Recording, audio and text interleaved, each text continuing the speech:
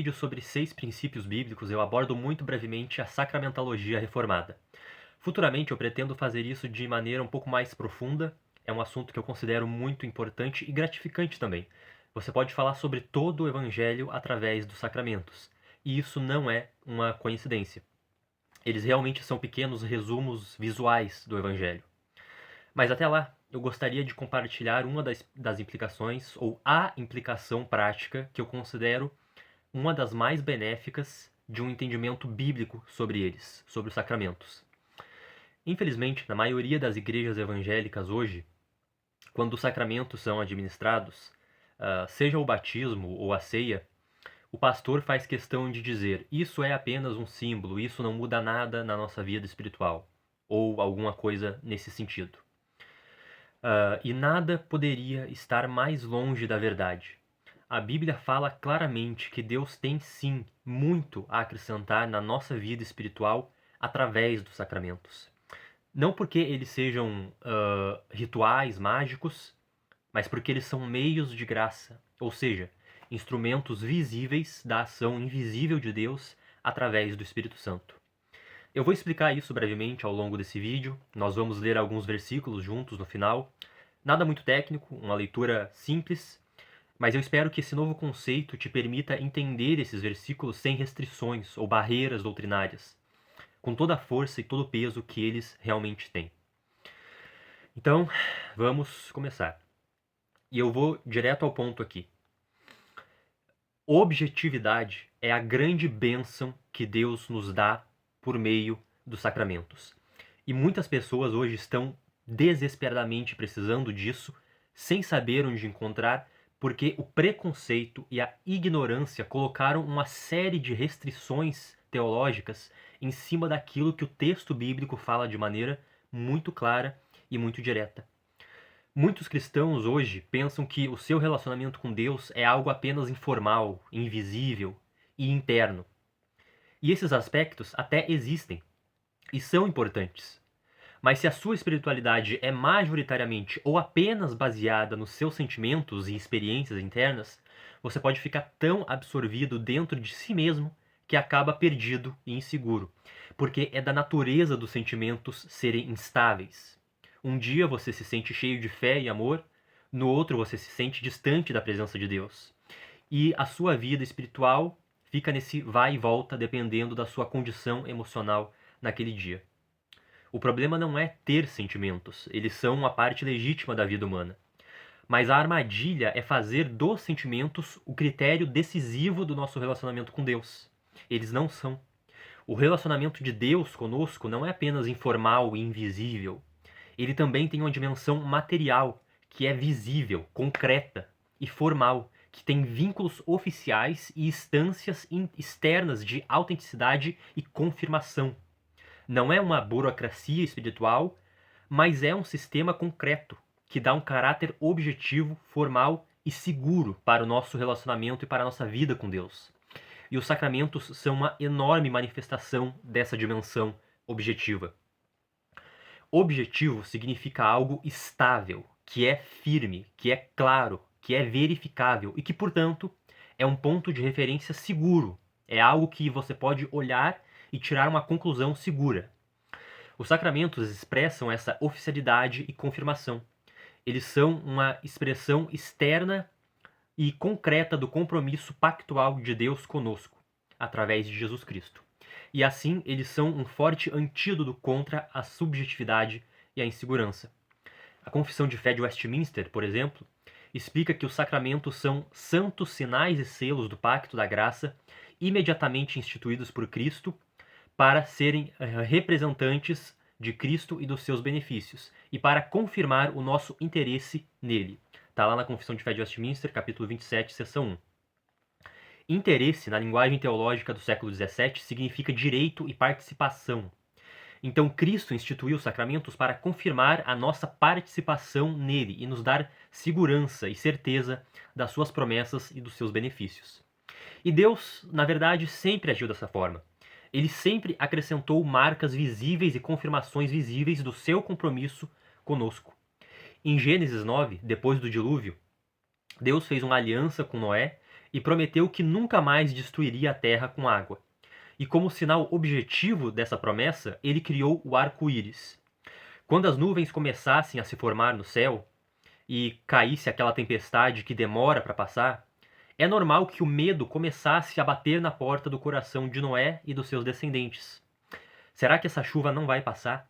Será que vai acontecer tudo de novo? Essa luta de fé não é um sacrilégio abominável. É uma condição natural da fraqueza humana. E Deus sabe disso. Deus sabe da nossa fraqueza, das nossas lutas, das nossas dúvidas. E Ele não condena isso automaticamente. Pelo contrário, Ele tem compaixão de nós. Né? Deus, ele tem misericórdia do nosso sofrimento. Calvino costumava dizer que os sacramentos são como uma condescendência de Deus à nossa fraqueza. A palavra de Deus é suficiente. Se Deus falou, acabou. Já é verdade. Mas Deus sabe que nós somos lentos de entendimentos e duros de coração. Então, embora a sua palavra seja suficiente, Deus usa instrumentos visíveis para fortalecer a nossa certeza do seu amor, da sua promessa e do seu compromisso. Assim, quando Noé e os seus descendentes vissem o arco-íris no céu, eles poderiam saber com certeza: Deus não se esqueceu da sua promessa. E poderiam descansar o seu coração nessa promessa. E esse padrão de Deus, de criar instâncias concretas e visíveis para confirmar a fé do seu povo, se repete várias e várias vezes ao longo de toda a Bíblia, tanto no Antigo quanto no Novo Testamento também. É o método normativo de Deus. Mas o maior exemplo desse padrão, para mim, é o caso de Abraão em Gênesis 15. Deus havia prometido um filho, uma descendência e uma terra. Mas os anos passavam, o corpo de Abraão envelhecia e Sara permanecia estéril. E toda demora traz consigo tentações. Será que a promessa de Deus ainda permanece? Será que Deus realmente fará aquilo que disse? Então, Deus estabelece uma aliança com Abraão e a confirma por meio de uma cerimônia de juramento solene. Quando Deus inicia essa cerimônia de confirmação, ele diz: sabe certamente que a tua descendência será peregrina em terra estrangeira. Ou seja, Abraão deveria ter certeza de que ele teria uma descendência. No Novo Testamento, o autor de Hebreus usa esse episódio da vida de Abraão como um paradigma para a segurança que nós devemos ter em Deus. Hebreus capítulo 6, versículo 13. Quando Deus fez a sua promessa a Abraão, não tendo ninguém maior por quem jurar, jurou por si mesmo, dizendo: esteja certo de que eu o abençoarei e farei seus descendentes numerosos. E foi assim que, depois de esperar pacientemente, Abraão alcançou a promessa.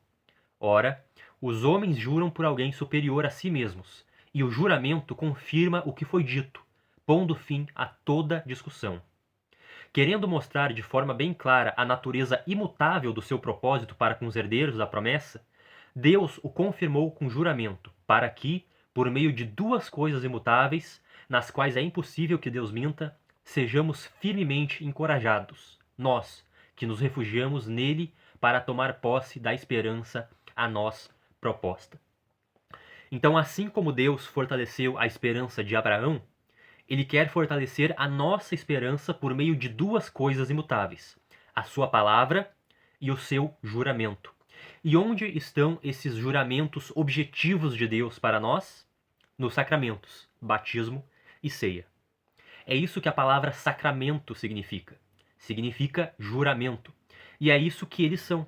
Eles são cerimônias oficiais onde Deus jura de forma objetiva e imutável o seu compromisso pactual para conosco mediante o arrependimento e a fé, assim como ele fez com Abraão em Gênesis 15 e o autor de Hebreus diz que ele faz conosco em Hebreus 6. Eles não são apenas rituais simbólicos, todo o sacramento é a união de um símbolo material e de uma promessa jurada pelo próprio Deus, e da realidade que esse sacramento representa. Isso se chama união sacramental. O símbolo material nunca está sozinho, nu. Deus afiançou a sua palavra por meio desses símbolos. E onde a palavra de Deus está presente, o Espírito de Deus está presente. Os sacramentos não são rivais da palavra de Deus, pelo contrário, eles são servos da palavra de Deus. Eles carregam essa palavra de maneira concreta. E nós recebemos pela fé, somente pela fé. Por isso a Bíblia nunca faz uma oposição entre o sacramento e a palavra de Deus, e o benefício espiritual, e a fé que a recebe. Pelo contrário, ela trata essas coisas de maneira intercambiável, porque pelo decreto de Deus, os sacramentos realmente estão unidos entre si. A relação não é de separação e de concorrência, mas de sintonia e de colaboração para o mesmo fim. Em Romanos 4:11, Paulo diz que a circuncisão era um selo da justiça da fé de Abraão. E em Colossenses 2:12, ele diz que o batismo é a circuncisão de Cristo. Ou seja, o batismo cumpre na nova aliança a mesma função que a circuncisão cumpria na antiga, a função de selo. E um selo nunca é posto sobre uma carta vazia. Ele sempre confirma um conteúdo. Isso explica o porquê Jesus anexou a promessa da salvação ao batismo em Marcos 16:16. Quem crer e for batizado será salvo. E o mesmo se aplica à ceia em João 6:53. Quem come a minha carne e bebe o meu sangue tem a vida eterna, e eu o ressuscitarei no último dia. Essas cerimônias são selos divinos e elas selam o conteúdo que Jesus prometeu, a participação nele e a salvação que decorre disso. A Bíblia realmente nos ordena a examinar a sinceridade da nossa fé, mas ela nunca diz que o nosso relacionamento com Deus depende da intensidade ou da perfeição da nossa fé. Se você participa dos sacramentos com fé, por mais fraca e imperfeita que ela seja, você será confirmado por Deus. Os sacramentos não são apenas cerimônias ou memoriais vazios, eles são instituições oficiais do compromisso de Deus com você. Eles carregam juramentos imutáveis da promessa de Jesus. Quem crer e for batizado será salvo. Quem come a minha carne e bebe o meu sangue tem a vida eterna. Não porque a água, o pão ou o vinho possuam algum poder mágico, mas porque Cristo se comprometeu e ele entrega pela fé aquilo que ele prometeu. Eles são manifestações concretas dessas promessas e confirmações tão objetivas da graça e do amor de Deus em Cristo, que desde que você não participe deles com resistência ativa de incredulidade e dureza de coração, Deus estará reivindicando você. Eu não estou dizendo que nós podemos participar dos sacramentos com indiferença ou com incredulidade ativa, mas existe diferença entre indiferença, incredulidade e fé fraca. A indiferença não se importa com Deus. A incredulidade rejeita Deus. A pessoa não crê e não quer crer. Mas a fé fraca crê, ainda que de maneira tímida e imperfeita, ainda que enfrente lutas e dúvidas. Mas essa luta existe justamente porque a pessoa quer crer. E isso faz toda a diferença. A fé verdadeira pode ser fraca, mas ela nunca é indiferente a Cristo. Um coração aflito pelo desejo de Deus e sem incredulidade ativa já implica um princípio de fé verdadeira. E o meu ponto é exatamente esse. Você não precisa se matar para garantir que tem uma fé perfeita ou forte o suficiente para pertencer a Deus. No sacramento, o próprio Deus confirma e garante para você que você pertence a Ele em Cristo, mediante a fé em Cristo, por mais fraca e imperfeita que essa fé seja, desde que você não o rejeite. O Catecismo Maior de Westminster explica na pergunta 72. Uma pessoa que duvida que esteja em Cristo, ou de que esteja convenientemente preparada para participar do sacramento da ceia do Senhor, pode ter um verdadeiro interesse em Cristo, embora não tenha certeza disso, mas aos olhos de Deus tem, se estão devidamente tocada pelo receio desse interesse, e sem fingimento deseja ser achado em Cristo e apartar-se da iniquidade. Nesse caso, desde que as promessas são feitas e este sacramento é ordenado para o alívio dos cristãos fracos e que estão em dúvida, devem lamentar a sua incredulidade e esforçar-se para ter as suas dúvidas dissipadas. E, assim fazendo, podem e devem chegar-se à ceia do Senhor para ficarem mais fortalecidos. A ideia é que os sacramentos são confirmações tão objetivas do amor de Deus que eles só podem ser infrutíferos se você, de propósito, rejeitar esse amor. Pense no amor de Deus como se fosse a luz do sol. O sol está sempre brilhando e irradiando a sua luz. A luz sempre toca a terra. A única maneira de evitar essa luz é colocando de propósito uma barreira entre você e ela. Mas se você não resistir a essa luz, a luz vai te alcançar. E assim é o amor de Deus. Se você não resistir, ele vai te alcançar. Se você não colocar barreiras de impenitência e de incredulidade, o amor de Deus já é seu. E os sacramentos são provas oficiais disso. É por isso que os sacramentos não são apenas símbolos vazios. Eles são uma entrega concreta e materializada da graça de Cristo. Eles são um abraço de Cristo em nós. Porque por meio deles, Jesus toca todos os nossos sentidos. Não apenas a audição, mas também a visão, o paladar e o tato. Essa é o grande diferencial dos sacramentos. A palavra de Deus toca apenas a nossa audição, e isso é o suficiente. Mas os sacramentos tocam o nosso ser por inteiro, e isso é muito mais completo. E o propósito disso é segurança. É Deus nos entregando Cristo de todas as maneiras possíveis pelas quais nós podemos recebê-lo. Nós não temos o corpo físico de Jesus para tocar, mas nós temos as águas do batismo. E por meio delas, Deus quer que tenhamos certeza de que nós somos batizados no corpo de Cristo. Pelo pão e pelo vinho, Deus quer que tenhamos certeza de que nós verdadeiramente participamos da própria carne e do próprio sangue de Cristo. O Catecismo de Heidelberg, na pergunta 75, explica: tão certamente quanto recebo da mão do ministro e provo com a minha boca o pão e o vinho do Senhor, dados a mim como sinais certos do corpo e do sangue de Cristo, assim também ele nutre e refrigera a minha alma para a vida eterna com o seu próprio corpo crucificado e o seu próprio sangue derramado. Nós não tivemos o privilégio de conviver com Jesus, como os nossos irmãos do primeiro século tiveram, mas por meio dos sacramentos, Deus quer que nós saibamos que nós somos abraçados e sustentados pelo próprio Cristo com a mesma certeza que os nossos irmãos do primeiro século tiveram. Não do mesmo modo, não fisicamente e carnalmente, mas com a mesma certeza. Os elementos dos sacramentos não se transformam magicamente em Jesus. A água continua sendo água, o pão continua sendo pão e o vinho continua sendo vinho. O corpo de Jesus está no céu, mas, pela fé, o Espírito Santo age nos sacramentos e nos une ao Cristo exaltado e a tudo que ele é. Eles são canais para a ascensão à vida bendita de Cristo e, por meio dele, a toda a vida trinitária. Eu quero concluir lendo alguns textos da Bíblia. Talvez você já tenha lido esses mesmos textos várias e várias vezes e nunca tenha se permitido ser impactado pela força deles, porque muitas vezes nós vamos ao texto bíblico cheios de restrições e barreiras teológicas. O problema não é ter um pensamento teológico, porque todos nós temos, mas quando a nossa tradição teológica nos deixa desconfortáveis perante o texto bíblico, isso é um sinal de que o nosso entendimento precisa melhorar.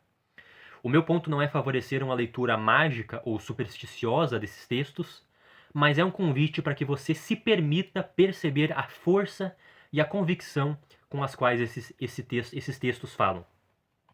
O primeiro deles está lá no Novo Testamento, em Gálatas 3:27. Pois todos os que em Cristo foram batizados, de Cristo se revestiram. Atos 2:38. Arrependei-vos cada um de vós e sejais batizados em o nome de Jesus Cristo para o perdão dos vossos pecados e recebereis o dom do Espírito Santo. Romanos capítulo 6, versículo 3. Acaso vocês não sabem que todos nós que fomos batizados em Cristo Jesus fomos batizados na sua morte? Portanto, fomos sepultados com Cristo por meio do batismo, a fim de que, assim como Cristo foi ressuscitado dos mortos mediante a glória do Pai, também nós vivamos novidade de vida. João 6:54. Quem come a minha carne e bebe o meu sangue tem a vida eterna, e eu o ressuscitarei no último dia, porque a minha carne é verdadeira comida, e o meu sangue é verdadeira bebida. Quem come a minha carne e bebe o meu sangue permanece em mim e eu nele. Assim como o Pai que vive me enviou e eu vivo pelo Pai, assim também aquele que se alimenta de mim viverá por mim. 1 Coríntios capítulo 10, versículo 16. Acaso não é verdade que o cálice da bênção que abençoamos é verdadeira comunhão com o sangue de Cristo? E o pão que partimos não é verdadeira participação no corpo de Cristo? Esses são alguns versículos muito fortes. E eles merecem uma interpretação e um entendimento cuidadoso e profundo. Mas o ponto que eu quero que você perceba aqui é a segurança que eles entregam para todos que sinceramente se arrependem dos seus pecados e creem em Cristo. Por menor e mais fraca que seja essa fé, ela já é uma base suficiente para Deus conceder o crescimento na graça e na comunhão com Ele. Pense nisso na próxima vez que você participar dos sacramentos. E se você ainda não foi batizado ou não está em comunhão com uma comunidade séria para participar da ceia, eu espero que você tenha entendido agora o porquê que deve procurar uma igreja o mais rápido possível, para não ficar de fora dessa bênção que Deus tem a nos entregar. Deus abençoe. Até o próximo vídeo.